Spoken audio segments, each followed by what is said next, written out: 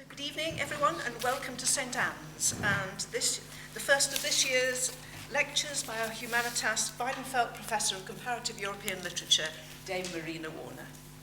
I'm Sally Shuttleworth, Chair of the Selection Committee and Fellow of St Anne's. When George Weidenfeld first instituted this chair in 1994, I'm sure he did so with high hopes. Ebullient optimist as he was, I believe not even he could have anticipated the extraordinary success of the position, with a list of incumbents reading like a who's who of European literature and culture, from George Steiner, Amos Oz and Umberto Eco in the early years, to more recently Bernhard Schlink, James Wood, Ali Smith, whose wonderful Weidenfeld lectures were published by Penguin as Artful, the leading poet Don Patterson, and last year Javier Cercas, whose Weidenfeld lectures have recently been published in Spanish, and we are eagerly awaiting their publication in English. Now, since this is the first lecture since the sad news of Lord Weidenfeld's death in January, I'd like to say a few words in his honour. Following his move to Britain in the late 30s, he became a leading figure in the cultural and literary life of this country. I had the privilege of working with him on setting up the Humanitas visiting professorships at Oxford and then also at Cambridge. And even though he was 90 by this time, his energy and his vision were prodigious. He would think nothing of driving up to Oxford for a full half-day meeting in which he was sharp every single moment, and then off to London for yet further meetings. And I'm delighted that the Humanitas professorship scheme, which was largely modelled on the original Weidenfeld chair at this college, has been such a success. George was an honorary fellow of this college, and we, like the University of Oxford as a whole, owe him a great debt. I turn now to introduce this year's incumbent to the chair, Dame Marina Warner, who adds further lustre to our professorial roles. As her title suggests, she's a writer who is much honoured. Last year, she was awarded the highly prestigious Holberg Prize, which is the Norwegian government's equivalent of the Nobel, as well as chairing the International Man Booker Fiction Prize. And she's been awarded a string of honorary doctorates, including Oxford in 2006. She's currently Professor of English and Creative Writing at Birkbeck College, London, as well as Quondam Fellow at All Souls, and Associate Member of the English Faculty in Oxford. Since the 1970s, Marina's writings have held her audiences spellbound. She's ranged effortlessly across genres, from novels and short stories to essays and critical works, and thought-provoking articles for the London Review of Books, but always with a focus on the power of stories and of myth and legend. In her major early works, Alone of All Her Sex, The Cult of the Virgin Mary of 1976, and Joan of Arc, The Image of Female Heroism in 1981, she explored how mythic female archetypes are made and remade across time and cultures, whilst in her novel Indigo of 1992, she offers a vivid reimagining of Shakespeare's Tempest.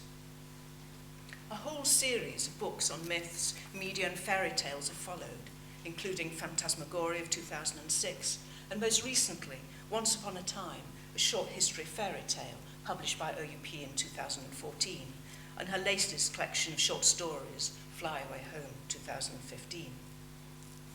In her award-winning book of 2011, Stranger Magic, Charmed States and the Arabian Nights, Marina continued her fascination with the Arabian Nights and the ways in which stories can cross cultures. Throughout her work, she brings both a highly attuned feminist and political consciousness to bear. Fairy tales, she argues, in Once Upon a Time, can be used to communicate political and philosophical thinking, often under conditions of censorship, and satire, comedy, polemic, and sexual critique have adopted features of the genre as a cloak for their deeper intent. In conclusion of Once Upon a Time, she notes, "We are walking through the dark forest, trying to spot the breadcrumbs and follow the path. But the birds have eaten them, and we're on our own." We are indeed in dark times, but Marina's work offers us help on how to read the signs and also how to think creatively, using the power of stories to create bonds across cultures. Her lecture series, The Sanctuary of Stories, will open up the cultural and political potential of the story form. I should note that very generously, in addition to the usual lectures, Marina is also running a series of associated events. Thus on May 13th and 14th, she'll be running 2 workshops, The Bearer Beings, Portable Stories and Dislocated Times. And on June the 10th, a workshop on Italy and the Classics. Whilst on the 26th and 28th of September, she'll be running in Palermo a 2-day event, Stories in Transit, telling the tale in times of conflict, situating the power of the story in direct relationship to refugee experience. But for now, join me in welcoming Dame Marina for the first of her lectures at St. Anne's, entitled Worlds of Words.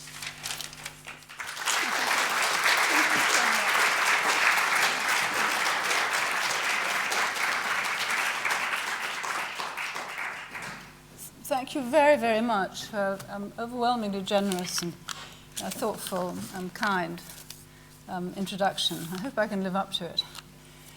George Weidenfeld was my first publisher, the quintessence of genial and urbane patronage. Once, at one of his huge parties in his marvellous riverside flat in Chelsea, I was about to go to Rome, and he began talking to me about popes. He knew all the family names and the great Roman and other clans to which they belonged. And there was indeed something grandly papal about George. And in some sense, he felt the affinity himself. He owned one of the Bacon paintings, after Velázquez, of Pope Innocent X. It presided in his sitting room, and one couldn't help feel there was something about it. He he also had a kind of powerful air. He filled a room, and he never became shrunken or bowed with age at all. The last time I saw him, when he was given an honorary doctorate here, he filled the space as powerfully as he had in the early 70s. He was irrepressible in his plans to foster literature, especially literature in languages that might risk neglect in our dominantly Anglophone world. He remained a dweller in Mittel Europa, and he saw it as a pattern of a possible polyglot and cosmopolitan world. He was a strong champion of the European Union. I went to one of the celebrated Wheatland conferences he organized, and it was just after the Berlin Wall had come down, and I met and heard there writers who had never been let out of the Soviet bloc before.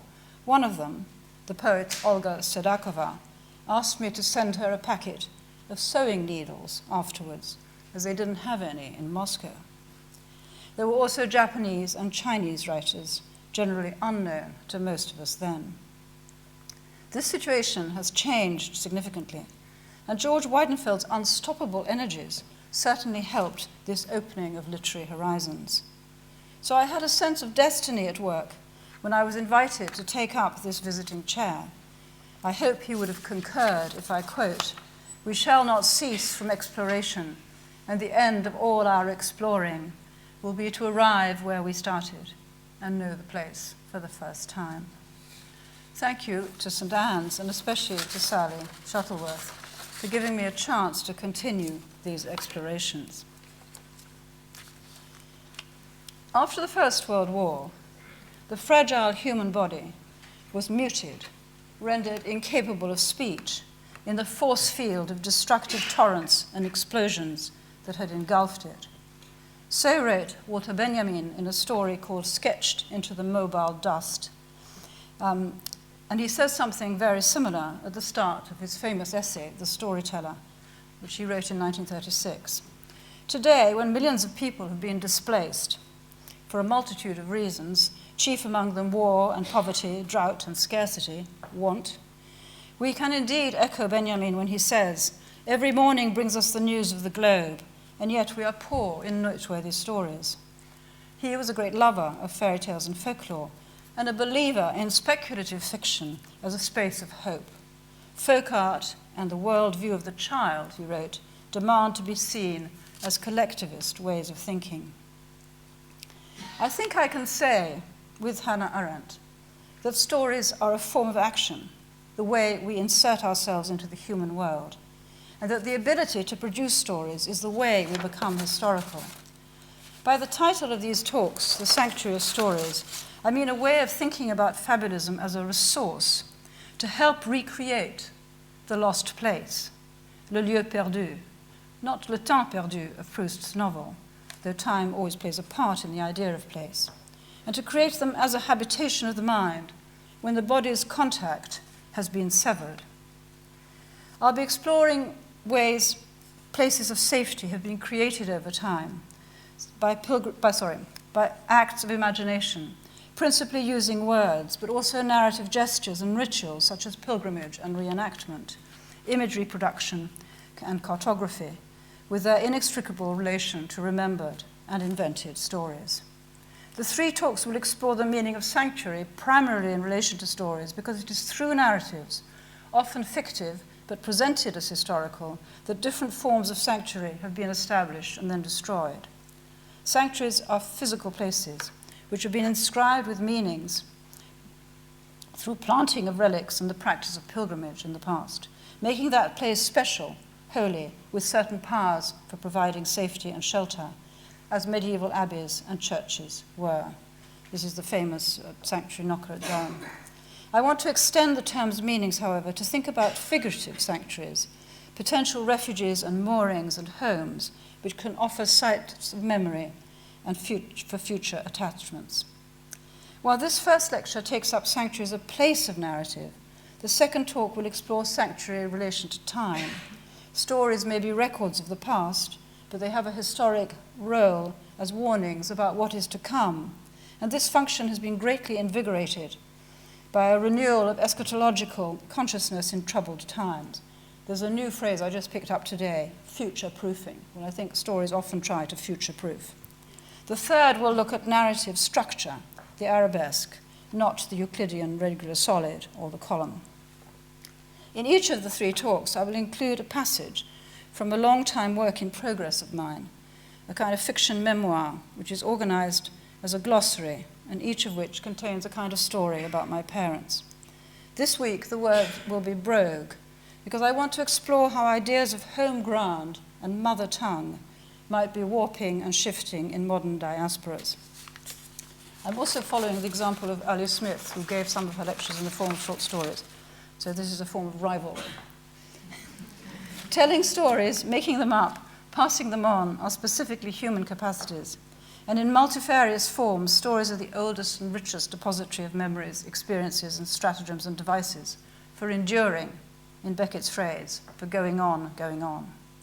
Literature is above all a process, not a museum of fossils. Terence Cave, in his powerful new book called Thinking with Literature, writes, literature is neither a sideshow nor a side issue in human cultures, yet it has been sidelined. Collective memory can be formed by a group through inheritance or choice, following biological kin, national identity, or forming sympathetic fellowship and responding to elective affinities. The social historian Maurice Halbwach, I don't know quite how to pronounce him, it's a German name in French, emphasizes the crucial role that location plays in the fixing and transmission of memories. But he also reveals, even more significantly, how these memories, tightly interwoven, even more significantly, how these memories, tightly interwoven with sites, with lieux de mémoire, in the phrase of Pierre Nora, are fashioned by projections, yearnings, mourning, fantasy, and desires. The history they record is the history of imaginative investment, and that investment traditionally focuses on a great person, Jesus or Mary, Mohammed or his mother, George Washington, the Duke of Wellington, Charlotte Bronte, and on what they did and where they did it. The associated sites are places of remembrance and narration, and admitting their historical claims may well be entirely spurious and fabricated, and that need not lead us to scoffing or destruction, but rather to capitalizing on this storytelling need, which will redraft the story again and again. And I think of the current controversy about Cecil Rhodes, which seems to me to be calling out for new ways of telling the story. Ways of keeping a space sacrosanct, safe, may seem to call for legal definitions and clear philosophical thinking, but shifts in values and attitudes also happen through imaginative approaches too, which is where the work of literature and art plays such a part. Medieval spaces of sanctuary. Sorry, there's one slide coming up which I didn't want to show you because it seems so callous, but this is actually an actor in a remarkable film made in 2007, so quite a long time before the current crisis, by Isaac Julien, the filmmaker. It's a very powerful film about Lampedusa. So I just pass over that. So sanctuaries are made, but were not fortified, they were not defended, they were entirely guaranteed by word, and which is a magical act of designation through custom and taboo. The geographer Marcus Dole plays on the term hallowed ground and contrasts it with hollowed ground. Hollowed ground is drained of meaning by violence done to it by history's erasures. By contrast, hallowed ground, from religious cult sites to the private home and the private space within the home, is packed with meaning, being infused into it by tradition, ritual, and memory. In a lyric about remembrance and loss, the poet Ottavio Paz captures this process and extends it. I am a history, he writes, a memory inventing itself. I am never alone. I plant signs. Planting signs metaphorically evokes the activity of the writer or artist who, while recording history, also makes it up, a memory inventing itself. This memory bearer doesn't chronicle events or transcribe an epiphany or report an experience, inner or outer, though the work may claim to be any one of those or all of them. This writer also plants signs. But what does Paz mean? I think he means that a narrator knots into the fabric of the story, the text, the woven thing, a series of riddles, figures in the carpet, which await the scry or interpreter to feel out later, to tease out for the fullest implications. The text becomes a palimpsest or a polyphonic piece of music. Paz's declamatory use of the first person places too much emphasis on the deliberate acts of a single poet. For mobile stories are living and collective things, and the signs they give are cryptic, allowing for decoding in a variety of meanings. They grow far beyond what their creator planted. Indeed, the process of transmission shouldn't be seen as a form of colonialist cartography, while it involves a figural layering of imaginary experiences onto the ground of the lived life. Planting signs, such a way of being in the world, does not obliterate, but aims to enrich. As I said, imagination takes the lead more influentially than we allow or recognize. Just to take one historic example, the places in Jerusalem associated with the life and death of Christ were discovered and mapped and visited by generations of pilgrims and became the holiest sites on the planet for millions of Christians on the basis of the stories told in the Gospels. Yet these books are filled with contradictions. They are composed according to literary conventions of allegory and prophecy, and they give no hard evidence for a topography that was in any case lost early on when the Romans razed the city in 70 AD. Stories, transfigured and sealed into collective historical memories, remapped the life of Jesus onto the streets and stones of the newly built Jerusalem. It was rebuilt in accordance with a shared narrative, although furious disputes, of course, continued and still continue about the exact position of this event or that. As Halbach writes in the concluding section of his fine study on collective memory, another crucial step in the process of memory work then took place, after Jerusalem had been conquered by the Crusaders and it was no longer possible to go there in great numbers. This crucial step, Jerusalem that was now lost, and the crucial step was that it could now be builded. It would have to be builded elsewhere. It could be builded here, as Blake wrote, through models, through replicas, through Stations of the Cross, through copies of the Via Dolorosa, the temples, holy sepulchres, even the holy house of the Virgin Mary in Nazareth traveled all over the globe in copies. But not only the Christian world. That I have seen a perfect replica, for example, of the Dome of the Rock in one of the Gulf states. And indeed, theme parks and souvenirs, miniature souvenirs, as Susan Stewart has written a wonderful book about, also continue this quest of actually retrieving the lost place through some form of replication. Halbach sums up, whatever epoch is examined, attention is not directed towards the first events, or perhaps the origin of those events, but rather toward the group of believers and toward their commemorative work. I believe this principle applies to secular memories and storytelling too. Most relics creating sanctuaries are primarily and often bloody. Martyred bodies, grisly torture instruments, the basic originary sacrifice. But there's one subset of relics that aren't enfleshed, that do not consist of a body or body part, and they're key to the argument I'm putting forward. They join bodies to places kinesthetically, and they prove that X was there, and the place then becomes hallowed by that sign. These anomalous relics are footprints. They don't belong, strictly speaking, to the category of secondary relics either, since they aren't an inanimate object that once made contact with a departed holy being. They embody, in a literally vestigial form, a memory of a beloved being who was once there, and they hallow the ground that he or she trod on. They plant a story about the life of a vanished person onto the place, and it is possibly an imagined place, or most likely to be an imagined place. And they became the cult object at the heart of several shrines that also became the stations for pilgrims in several religions. A footprint mirrors the pilgrim's act of following in the footsteps of Jesus or other saint or subject of devotion. It offers a material warrant impressed onto the earth or rock of the person in absentia. Before photography, a footprint is an indexical sign par excellence, the mark of a solid body imprinting and altering the surface it touches.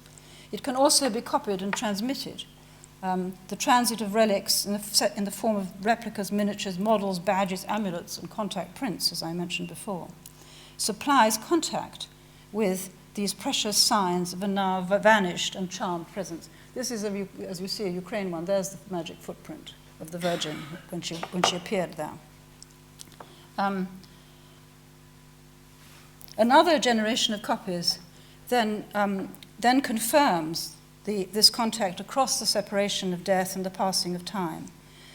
And they're made according to the same measurements sometimes, or miniaturized in proportion to the original print.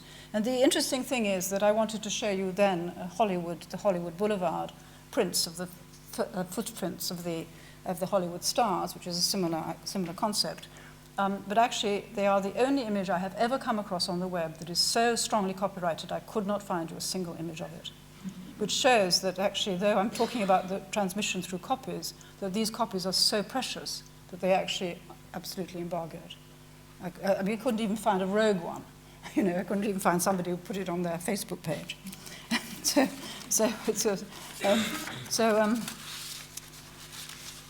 There are numerous shrines marked by such footfalls. Mary in Ukraine and in Cappadocia, Soissons and in Russia. The prison cell adjacent to the Church of the Holy Sepulchre in Jerusalem, which was on pilgrim routes from the 10th century, as Anthony Bale has explored in a fine and detailed paper, included the relics of Jesus' footprints, and they inspired intense fervor. In this venerable cell, wrote one pilgrim in the 15th century, we reflected, not without sorrow, how our Lord Jesus wept therein, and awaited the torture of the cross with equal dread and desire. We therefore entered it one by one, with sighs and groans, and each in turn bowed himself to the earth and kissed the footprints of our Saviour, and there we received indulgences. In the Chapel of the Ascension on the Mount of Olives in Jerusalem, which is actually where George Weidenfeld is buried, the bare rock from which Jesus rose to heaven 40 days after he rose from the dead is imprinted with 2 shallow depressions. This stone is sometimes depicted in paintings of the Ascension in which Jesus' feet, about to exit out of frame, are the only visible parts of his body. So and that's what you see when you go to the Chapel of the Ascension. And in Walsingham, in Norfolk, here is the Chapel of the Ascension with his feet going up through the ceiling. In the case of Santa Cristina, patron saint of her hometown Bolsena in Italy, who was 12 when she died, she was tortured by many means, including a fiery wheel, poisonous snakes, which bit her. And her own father cut out her tongue when she insisted on singing the praises of her chosen God, Christian God. But the tongue flew on angelic wings from her lips and struck him in the eye, the daughter's words blinding the father, too blind to see the truth of her passions, her beliefs. When all these torments failed to kill her, a millstone was found and hung around her neck, and she was thrown into the deep volcanic lake. But the stone refused to drown her. Instead, it bobbed to the surface as if made of balsa wood, and she rode on it, like Venus on the half-shell, and was gently wafted to shore. By a miracle, so that the stone should never be confused with any other rock, Christina left her footprints on it. So it was enshrined in a corpuscular sanctuary of the cathedral of her native town, in a Gothic tabernacle with a golden mosaic sculpted canopy above it, where I saw it, and I found it had true qualities of wonder because its story is so wildly improbable and yet has the poetic logic of dreams. The Virgin slipper, an analogous relic to the footprint, also became a much-loved, wonder-working object of pilgrimage, also at Welsingham.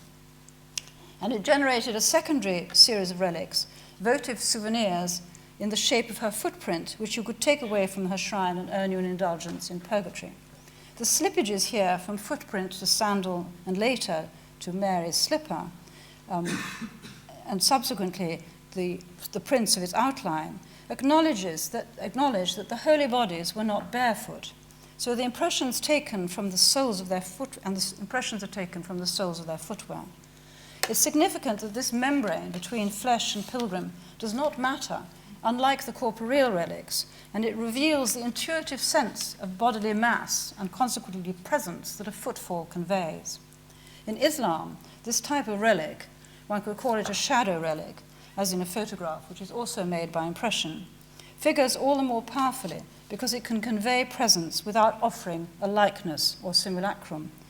A footprint is not an image made by a human being making a claim at being an artifact or creator, as only God can be,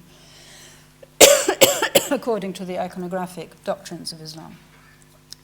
A footprint is an akaropoiton, it is an icon made without hands.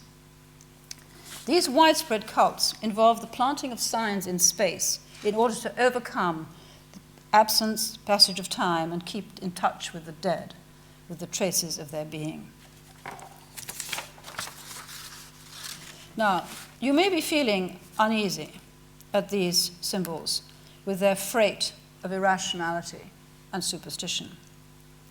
And while enlightened and Barthesian anxiety about fictions, especially myths, is justified to some extent in that indeed myths are instruments of ideology and have always been told by the powerful to consolidate their power and entrench hereditary feuds and racism, I still feel that the territory cannot be conceded or must not be conceded to those forces, but that the efficacy of their methods should be annexed to weave counter-narratives, counter-myths. Nor do I take lightly the dangers of fabrication, illusion, and delusion.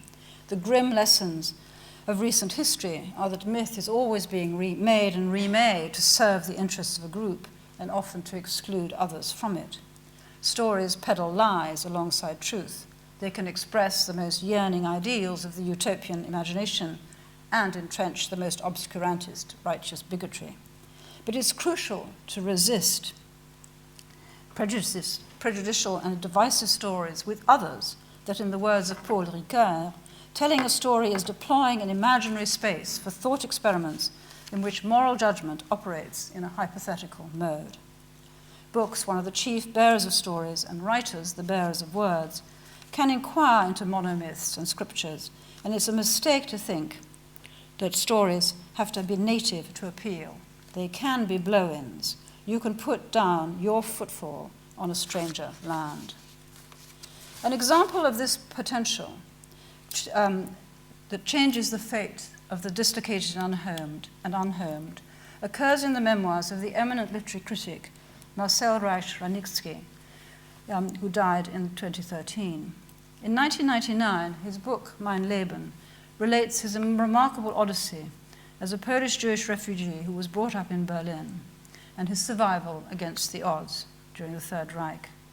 Forcibly moved from Berlin to Warsaw, Marcel and his young wife survived the pogrom in the ghetto and escaped. Eventually they found shelter with a poor Polish couple, a Protestant typesetter called Bolek and his wife Genia, who lived in an isolated suburb of the city, and they hid them, sometimes in their basement and other times in the attic. The Polish hosts were not, on the face of it, doing it out of altruism or rebellion. The deal was that the young Jewish fugitives would work, rolling thousands of cigarettes every night by the light of carbide or oil lamps in order to conceal their contraband activity. The money earned went on vodka for Bolek. The Renitskis were fed, but barely. They were always hungry and always frightened of the German army or of being betrayed. But the couple did not betray them, and in the chapter called Stories for Bolek, Renitsky describes how their relationship underwent a subtle and remarkable change as they all fell under the spell of narrative. One day, he writes, Genia suggested that I should tell them a story, preferably a thrilling one. From that day onwards, as soon as it was dark, I would tell all kinds of stories, for hours, for weeks, for months. These had but one aim, to entertain my hosts. The better they liked a story, the better we were rewarded, with a slice of bread, with a few carrots. I didn't invent any stories, not a single one. Instead, I told them whatever I could remember, dramatically heightened, shortened versions of novels I'd read, or of plays and operas, even films I'd seen. His repertory passed from Goethe to Aida, from Fontana to Rigoletto. And just as Sultan Shahryar in the 1001 Nights is changed by the experience of listening to Scheherazade, so the medium of storytelling here established common ground against the barriers erected by politics and necessity. After Marcel has unfolded to them the plot of Kleist's play, The Prince of Homburg, Bolek explodes. The devil take the Germans, all of them, but this Herr Hamburg, I like him. He's shit scared of death, as we all are. He wants to live. He doesn't give a monkey's for honor and glory. He's afraid, but he's not ashamed. He speaks up about his fear. Those who want to live, let others live too. Unlike Scheherazade, Marcel Renitsky doesn't leave his own autobiography to enter Kleist's peculiar and hallucinatory drama. He doesn't tell it to us. As a writer, he sticks to what Gérard Genette calls mimetic narrative, the story of what happened to him. And he doesn't fling open one child baggage casement after another to tell the stories directly, to take up the diegetic narrative involving dialogue and different voices, according to Genette's useful formulation. But his memoir does convey how the space of story cleared a new shelter, a new sanctuary for the four of them together, and that the plots themselves did not have to capture their personal circumstances mimetically, but struck potent resonances with it all the same, as their listeners felt that the dramatic story, however remote the social setting, belonged to them. In narratological terms, classic recognition. The elaborate and remote aristocratic code of the Prince of Homburg is transformed without friction into the experience of a Herr Hamburg, Bolek's semblable, his brother, under duress. In this way, the stories Marcel told acted as a point of triangulation between potentially hostile and dangerous elements, or ingredients added to a chemical mixture that neutralizes poison, and they kept him and his wife and his hosts alive and safe from June 1943 to September 1944. We continued to produce thousands of cigarettes every night, he writes, and during the long evenings, I continued to tell stories of girls in love, young princes and old kings, winter's tales, and Midsummer Night's Dreams. Then the Russian army arrived, and a soldier appeared at the door and freed them. Later, Renitsky naturally never forgot the Warsaw typesetter who risked his life to save mine. The literature of captivity, which is a whole genre in itself, includes many such scenes of survival through storytelling. Manuel Puig's novel, The Kiss of the Spider Woman, for example, and most inspiringly, the celebrated chapter in Primo Levi's memoir of Auschwitz, If This Is a Man, the chapter which is called The Canto of Ulysses, because in it he pieces together for his fellow inmate, Piccolo, the passage in Dante's Inferno about the last voyage through the Pillars of Hercules that the restless Ulysses makes in search of virtute e conoscenza, virtue and knowledge. Levi wanted to communicate Dante to his friend, and the resulting scene offers a quintessence of hope, arising from the things made by imaginations who went before, and connecting us, regardless of our bodily mortality, across time and circumstance, involving us, carrying us as far as we are able to think ourselves into the state of another. Now, in the second part of this lecture, I'm going to swerve away from stories as stories per se, and I'm going to listen in to the way that stories can compensate for absence and loss,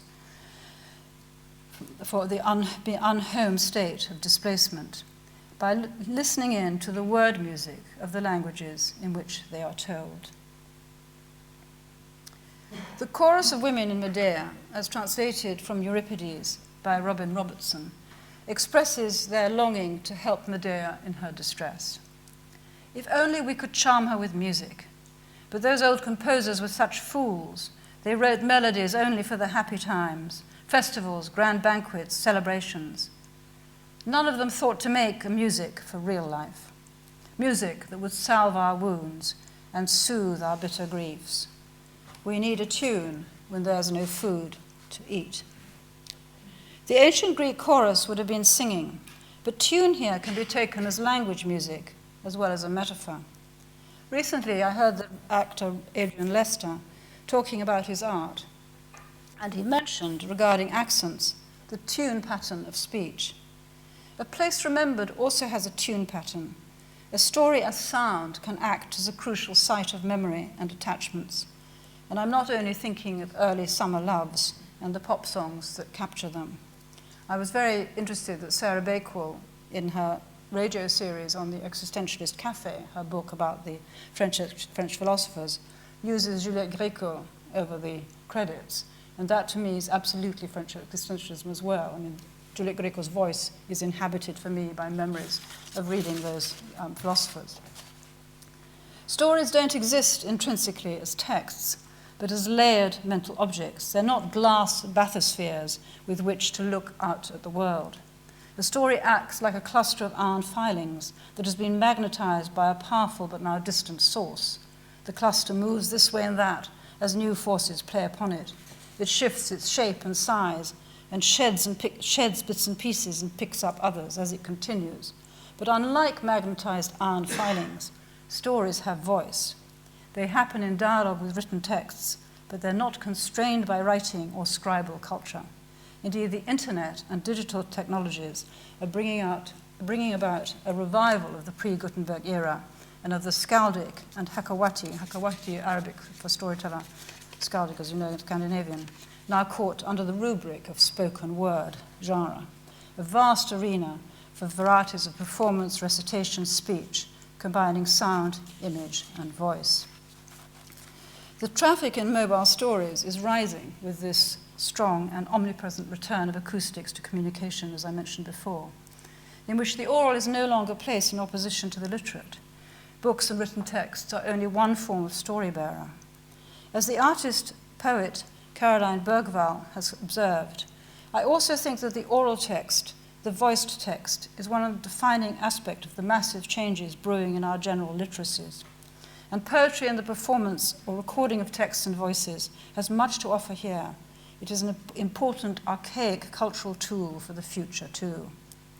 When Borges commented that he had always imagined paradise will be a kind of library, it's interesting to remember that the great writer was himself blind for a great part of his life, and he was read to.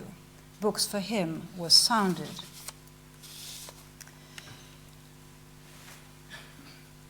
Bergvall's most recent remarkable composition, Drift, tells the story of a boat full of refugees who in 2011 set out from Libya.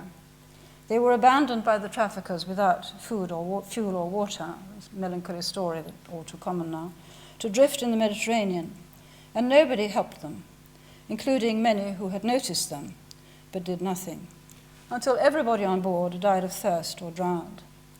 Drift gives an account of this contemporary event, a matter for horror and shame, on many levels of language and visuals, frantic, repetitive, Cy Twombly-like drawings, aerial reconnaissance photographs of the doomed gomone or rubber boat, charts and logs of the boat's terrible lost wanderings on the open sea, reports of the coast guards as they tracked its drift, and the accounts of sightings and failures to come to the passenger's rescue. These elements, starkly registered and documented in official jargon, now starkly registered and documented in official jargons, now scrambled in anguish, wrap around the central core of the book, which is a reworking of the medieval Anglo-Saxon poem, The Seafarer, an epic narrative of heroic sea voyaging. These sections consist of archaically spelt blocks of sounds and unfamiliar words that force you as a reader to sound them in your own mouth to get at the sense. She jumbles and scatters and cuts up what she's making, so that meaning leaks out of the gaps, following Burroughs' principle that when you cut into the present, the future leaks out. Besides The Seafarer, the Vinland sagas and the epic of Eric the Red and the poetic Edda are also mashed up into this text. She invokes sea drifters of the Christian past as well, Saints Brendan and Saint Cuthbert. She has dropped anchor in the marine wildernesses of her Norse ancestry. She is enthralled by ice. But she has also performed a truly harrowing act of witness as she sounds out anonymous writings from the past and other bearers of memory. Drift closes with a meditative essay on Bergwall's motives and sources, including impassioned passages on linguistics and phonetics. The cumulative effect of this book is symphonic. I've only read it as a book, I haven't seen it as an installation. And like such a work for full orchestra, plunges us, the audience, to depths of anguish and pity and amazement. The layered artifact is entirely engaged with the critical issue for us as human beings together now, through a concentrated fashioning of the means art offers, without concession to the usual criteria of intelligibility. The displacement and disappearance of the refugees in their boat and the acts of appalling callousness which seal their fate are woven in with forms of storytelling that admit the inadequacy of our means of remembering and yet carry, like trace dyes in a medical analysis, the vivid, splintered traces of the past and chart geographical relations over time. Caroline Bergwall is half Norwegian and half French, but she has chosen a new language to write in. She says that she's elected through this not to be at home in the world, to take on another country and another language. Needless to say, this choice is a privilege very few migrants enjoy. But it's a decision which has cast her where she wants to be, in a fugitive state. The writer minds language for what is always moving, always escaping. I had to be unhomed, she says, or to accept my own unhoming in order to make myself a home, and so I have a soft spot for accents and what they tell of your journey. She wished, she says, to create and invent my textual and sexual identity away from any familial languages. My cystextual identity became my grounding. In the Bible, there's a nasty story of how Friend was sifted from foe in the battle between the Gileadites and the Ephraimites. Everyone wanted to cross the river to safety, but the Gileadites were guarding it, and they asked them, not for a password as such, but to say the word Shibboleth. Shibboleth, you will know, is the password actually for one of the gateways to knowledge in Oxford. Anyway, so Ephraimites did not have the sh sound. When the petitioner to cross the bridge could only say Sibboleth instead of Shibboleth, he revealed that he was an Ephraimite and was duly killed. 42,000 of them fell that day, according to the Book of Judges.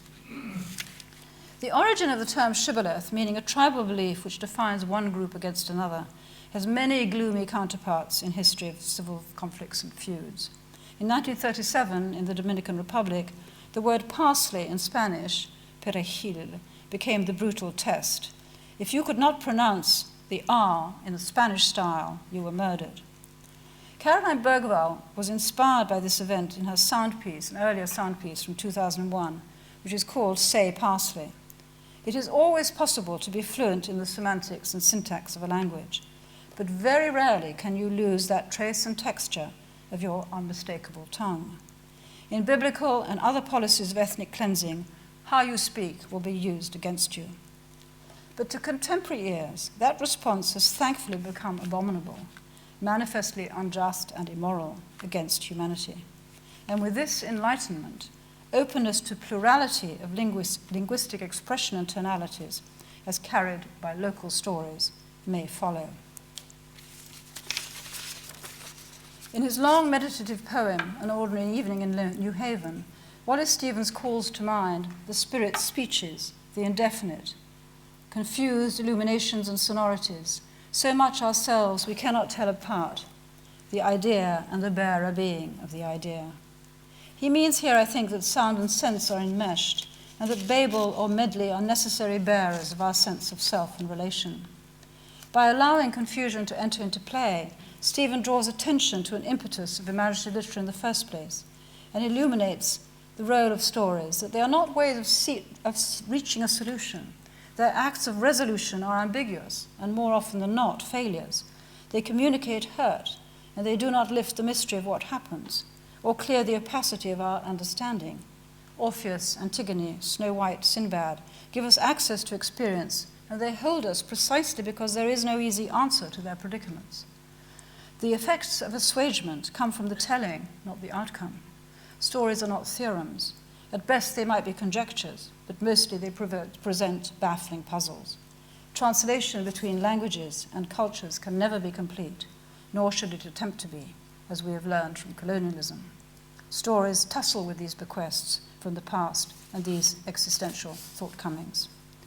Seamus Heaney thought about these questions throughout his sensitive work of criticism, and especially in an essay called In Finders Keepers, which is called Through Other Places, Through Other Times, the Irish poet in Britain. It's interesting because he's meditating on language, and of course through other is a real shibboleth. You can say it if you're a native-born English speaker, but hard otherwise. Through other is Ulster parlance for physically untidy or mentally confused, meaning things mixed up in themselves. But Heaney rejects any tinge of criticism, adopting through other as an axiom to live by. He struggled throughout the most violent convulsions of the Troubles to keep faith with his multiple inheritances, Catholic, Irish, Ulster, English, farming, I should say British, I suppose, Ulster, British, farming, scholarship, manual labour, literature, masculinity, femininity, and at the level of language itself, registered their dissonance as honestly as he could, keeping the hum of the Irish in his ear as he was writing in English, and sounding the Anglo-Saxon Beowulf and the Scots of Robert Henryson in his translations and revisionings. He opens the essay on the through other, quoting from his compatriot, the poet W.R. Rogers, who declared, "My father's slower way of talk that had the native hint of wonder in it to soften it."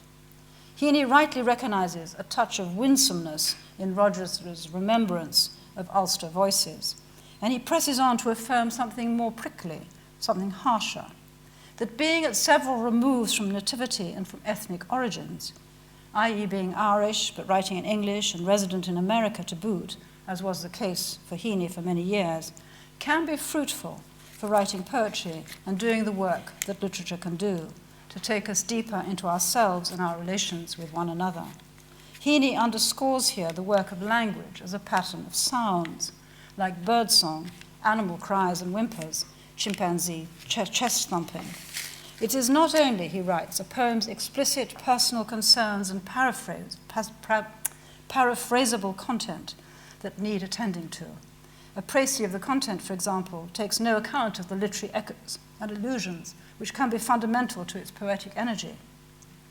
In a poem, words, phrases, cadences, images are linked into systems of affect and significations which elude the précis maker. These under-ear activities, as they might be termed, may well constitute the most important business which the poem is up to, and are more a matter of the erotics of language than the politics and polemics of the moment. Heaney does not use the word brogue as such, but the term caught my curiosity. Now, what could be the possible connections between the concepts of sound in language, as in Irish brogue, and the shoe? Now, I'd claim there is an affinity between the way you're shod and the way you talk, and a brogue is an under-ear mark of identity, a sign of tribal belonging and origin. It is the way you say the words in the country of words that you come from.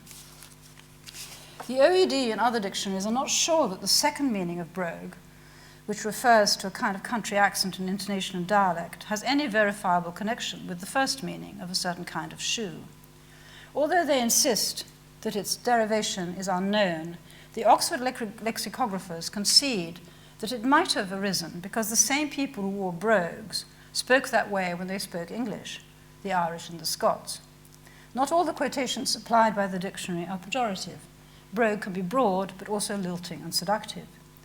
As a term, today, it hasn't wandered far from Ireland or Scotland. Yet it does mean a native tongue in the fullest sense of a language as a particular kind of music, not a sign system on the page or a structure of grammar, but a tune, a pattern of sounds and intonation. A brogue isn't a foreign accent, it's a way of speaking your own tongue. The writer Com Tobin recently recalled that when his grandfather was arrested for his part in the Easter Rising, he was sent to prison in Wales, and he found there, to his surprise, that the guards were all Welsh speakers, while the Irish prisoners were all speaking English. Distinctions between a creole, a patois, a dialect, and a brogue are a matter for linguisticians, but when I hear the voices of Trinidadians in London or Congolese in Paris speaking English and French, it's not the odd unfamiliar phrase or the vocabulary or syntax that helps me recognize them, but the way their speech sounds, its tune pattern. Brogue could be synonymous with mother tongue, except that it doesn't assume that affiliation runs through blood of the female line. It substitutes a sense of romantic wilderness, earth, bog, fen, marsh, scarp, turf, for the symbol of the motherland. Its homophonous link to the rude shoe for the wilder parts of Ireland and Scotland nudges its meaning towards place, not kin. The way you speak tells where you come from, which might cohere with your folks, your family, including your mother, but not only. You can be an orphan alone in the world, but your brogue will let others know where you belong. Your brogue gives you your bearings, helps others recognize you. It seems to me that while this mark of identity has been used to divide people and kill them, it does not have to be so, but could become a cause for celebration, a way of not losing altogether the places of your past, of keeping a foothold there.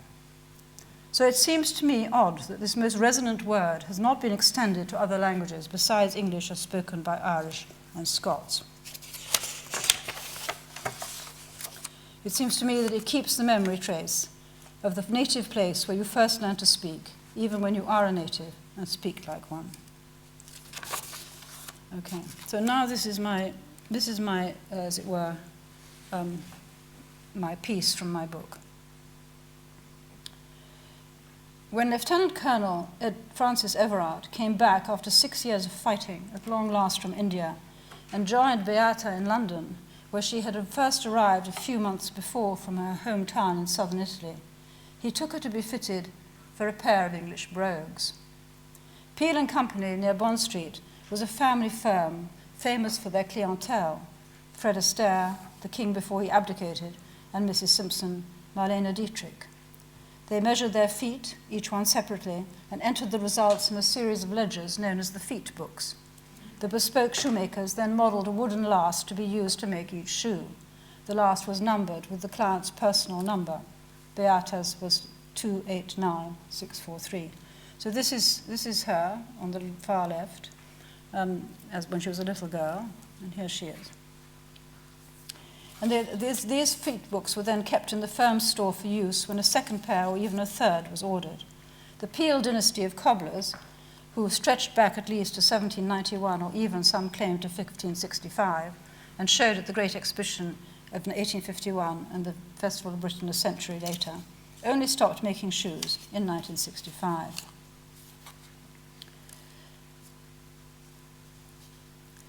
The dictionary's earliest example of brogue as a shoe dates from 1586, and it links it to the word breech, as in breeches, and may recall the rough leggings worn by Irish peasants and Scottish Highlanders. These usages conjure large, heavy gear to protect the feet, sometimes up to the knee and over the knee, worn by tough men used to wild weather. There are a variety of civilian armour, cladding against buffeting and bruising in the outdoors. Fishermen's brogues are in effect waders. In spite of their current plain and sober and conventional look, these practical, flat, durable shoes are brimming over with the spirit of romantic nostalgia for the wilds, the passion for the heath and the moor, the cliff and the crag, the cataract and the glade, for wuthering heights and long drifting walks through the night to observe moonrise over the Bristol Channel. In Cymbeline, our vigorous wears clouted brogues, and the Wordsworths may have been shod for their country walks with something similar. But at some point in the Victorian era, this kind of shoe and its regional name travelled south, and as it did so, it began moving up the social scale. It belongs with R.S. Surtees's genial stories in Mr. Sponge's Sporting Tour. I'll just go to that, sorry. Which was one of Francis's favourite books, the very mention of it bringing out a chuckle of pleasure. It shod the English landed gentry and their betters as they went about their identifying pastimes, hunting, shooting, and fishing, and to some extent the army too. So here's the Queen. Where is she? Here's the Queen wearing brogues. It crossed the gender divide and helped emphasize the newly admired boyish silhouettes of the iconic girl, a tennis player and a golf champion, a huntswoman and a show jumper. I'd guessed that the fashion for the brogue started before then, that the impetus came from the craze for Scotland that Queen Victoria and Albert spurred on when they began to spend time at Balmoral, wore tartan and went trout fishing and deer stalking, and turned these activities, once necessary means of getting food, into defining upper-class leisure. Animals large and small and every kind of bird and fish to be found the length and breadth of the world were slaughtered by the thousands, some of them beheaded to be stuffed and mounted with their towering racks of antlers and marvellous scimitar horns, others mummified whole in their mottling colours and plumes displayed in glass domes or rectangular vitrines, hung in serried phalanxes on the walls of Sandringham and Balmoral, and other shooting lodges and hunting lodges and country retreats. The domestic interiors of these pleasant refugees, now a vast animal mausolea, where the large sad eyes of quarry look down glassily on the company enjoying themselves below. Golf and croquet rose in popularity for both sexes, from the latter part of Victoria's reign into the 20s, when Francis Everard began going out and about with his much more handsome and well-heeled friends, and they too required sensible and appropriate footwear. Again, it was brogues, admittedly made to slightly different patterns, with ornamental trails of punctures in the leather and variations in the lacing and the soles, that were worn to saunter on the green and stride the course or walk around the hoops on the croquet lawn. Many games were central to the country house weekends that Francis used to take part in before the war, with the chums he'd made at school and at Oxford.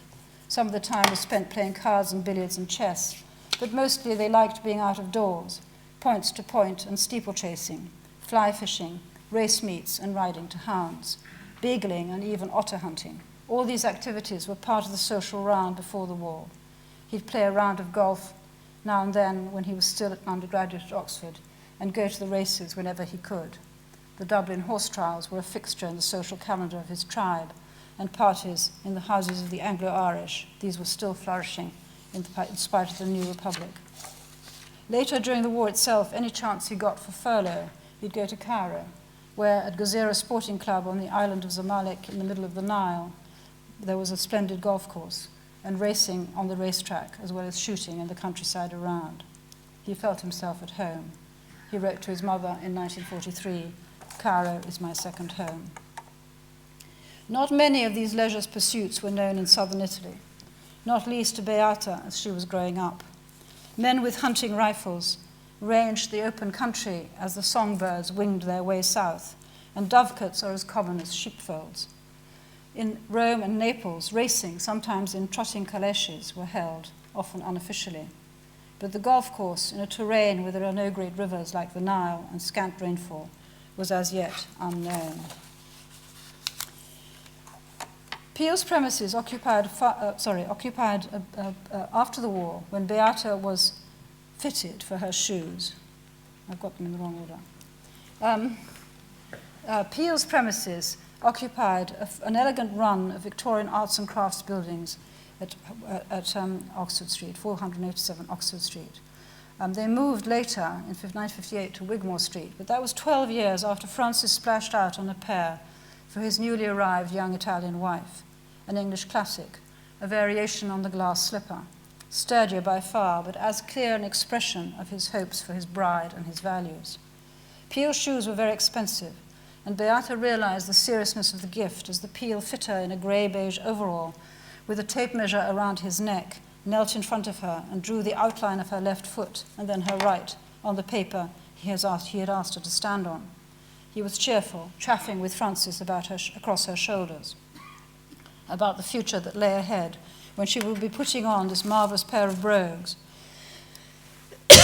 not the piebald tasseled kind that the Duke of Windsor fancied, but a plain flat lace-up in deep chestnut calf with 10-point crisscross lacing and a short tongue. The Peel brogue is a woman's version of a man's shoe, and the style has made a strong return because it's now the height of fashion for young professionals, especially urban young women.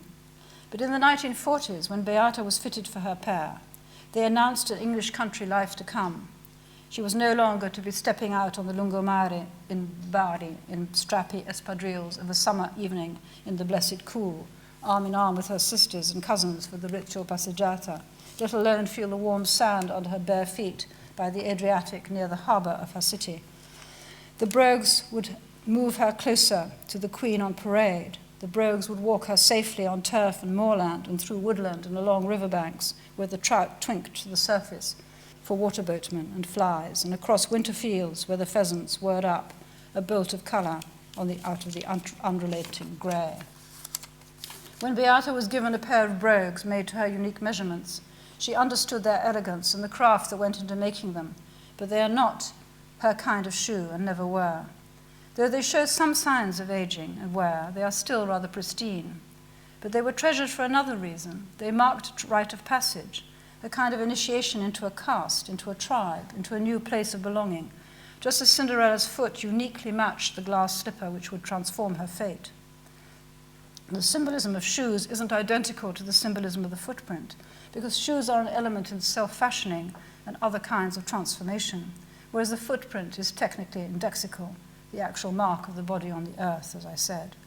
A brogue is a badge of identity and tribal affiliation, a medium that establishes contact with the ground, with a certain stretch of ground or site. The brogues made her into an Englishwoman. They transplanted her to English soil. Is it possible to learn a language the way you can be fitted for a pair of shoes? She became completely fluent in the language of her new place of belonging, the language of Francis and the children she had with him, including myself.